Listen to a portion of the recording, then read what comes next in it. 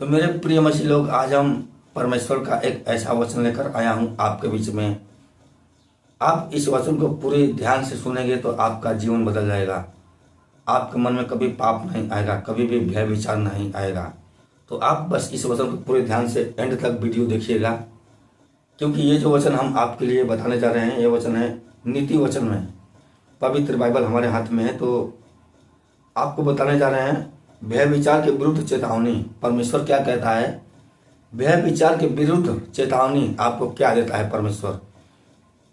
तो आइए हम आपको बताने जा रहे हैं वचन के द्वारा। तो वीडियो को एंड तक आप जरूर देखिएगा, तभी आप प्रार्थना को समझ पाओगे कि परमेश्वर आपको क्या कह रहा है इस वचन के द्वारा।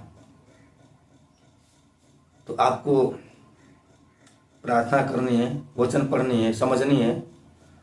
तो आइए हम आपको बताने जा रहे हैं। यहाँ पे परमेश्वर कहता है, हे मेरे पुत्र, मेरी बुद्धि की बातों पर ध्यान दे। हे मेरे पुत्र, मेरी बुद्धि की बातों पर ध्यान दे। मेरी समझ की ओर कान लगा, मेरी समझ की ओर तू कान लगा।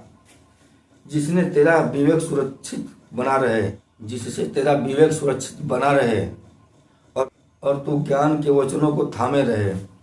क्योंकि पराई स्त्री के होंठों से मधु टपकता है।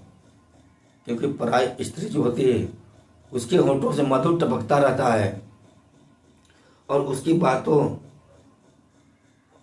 बातें तेल से भी अधिक चिकनी होती है। और उसकी बातें तेल से भी अधिक चिकनी होती है, परंतु इसका परिणाम नागदौरा सा कड़वा और दुधारी तलवार सा पैना होता है। उसके पांव मृत्यु की ओर बढ़ते हैं और उसके पग अधोलोक तक पहुंचते हैं। इसलिए उसे जीवन का समथर पथ नहीं मिल पाता। उसके चाल चलन में चंचलता है, परंतु उसे वह आप नहीं जानती। उसके चाल चलन में चंचलता है, परंतु उसे वह आप नहीं जानती। इसलिए अब हे मेरे पुत्रों, मेरी सुनो और मेरी बातों से मुंह न मोड़ो। परमेश्वर की सुनो, परमेश्वर की बातों की ओर से मुंह न मोड़ो, क्योंकि तुम्हारे जीवन का रखवाला परमेश्वर ही है। परमेश्वर ही तुम्हारा उद्धार करेगा, तुम्हारे जीवन को बदलेगा। ऐसी स्त्री से दूर ही रह, परमेश्वर कहता है, ऐसी स्त्री से दूर ही रह और उसकी डेवढ़ी के पास भी न जाना, और उसकी डेवढ़ी के पास भी न जाना। कहीं ऐसा न हो कि तू अपना यश औरों के हाथ और अपना जीवन क्रूर जन के वश में कर दे, या पराये तेरी कमाई से अपना पेट भरे और परदेशी मनुष्य तेरे परिश्रम का फल अपने घर में रखे। और तू अपने अंतिम समय में, जबकि तेरा शरीर क्षीण हो जाए, तब यह कहकर हाय मरने लगे, मैंने शिक्षा से कैसा बैर किया, मैंने शिक्षा से कैसा बैर किया और डांटने का कैसा तिरस्कार किया। मैंने अपने गुरुओं की बातें न मानी और अपने सिखाने वालों की ओर ध्यान न लगाया। तो आपको अपने गुरुओं की बातें मानना है और सिखाने वालों की ओर आपको ध्यान लगाना है, भटकना नहीं है इधर उधर। मैं सभा और मंडली के बीच में प्रायः सब बुराइयों में जा पड़ा। मैं सभा और मंडली के बीच में प्रायः सब बुराइयों में जा पड़ा, और तू अपने ही कुंड से पानी और अपने ही कुएं के सोते का जल पिया करना। यहाँ पे परमेश्वर कहता है, तू अपने ही कुंड से पानी और अपने ही कुएं के सोते का जल पिया करना। क्या तेरे सोतों का पानी सड़क में और तेरे जल की धारा चौकों में बह जाने पाए? यह केवल तेरे ही लिए रहे और तेरे संग औरों के लिए न हो। तेरा सोता धन्य रहे और अपनी जवानी की पत्नी के साथ आनंदित रहे। यहाँ पे परमेश्वर का वचन कहता है, अपनी जवानी की पत्नी के साथ आनंदित रह। किसी दूसरी पराई स्त्री के ऊपर आपको गलत नजर नहीं डालनी है, उसके ऊपर व्यभिचार नहीं करनी है। किसी पराई स्त्री पर आपको गलत संबंध नहीं बनानी है, आपको उसके ऊपर गलत नजर नहीं डालनी है। परमेश्वर ये कहता है, अगर आप ये सब करते हो, शादीशुदा होकर अगर आप ये सब पाप करते हो, तो परमेश्वर के खिलाफ है सब। आप पाप में जाओगे, नाश में जाओगे, भय विचार में जाओगे, और आपका जीवन खराब हो जाएगा।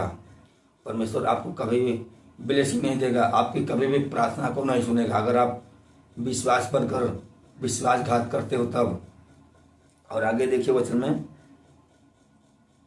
प्रिय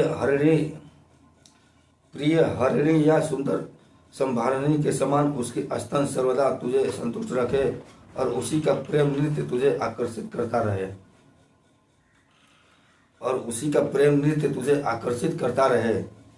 हे मेरे पुत्र, तू अपरिचित स्त्री पर क्यों मोहित हो? अपरिचित मतलब किसी पराई स्त्री पर तुम क्यों मोहित हो?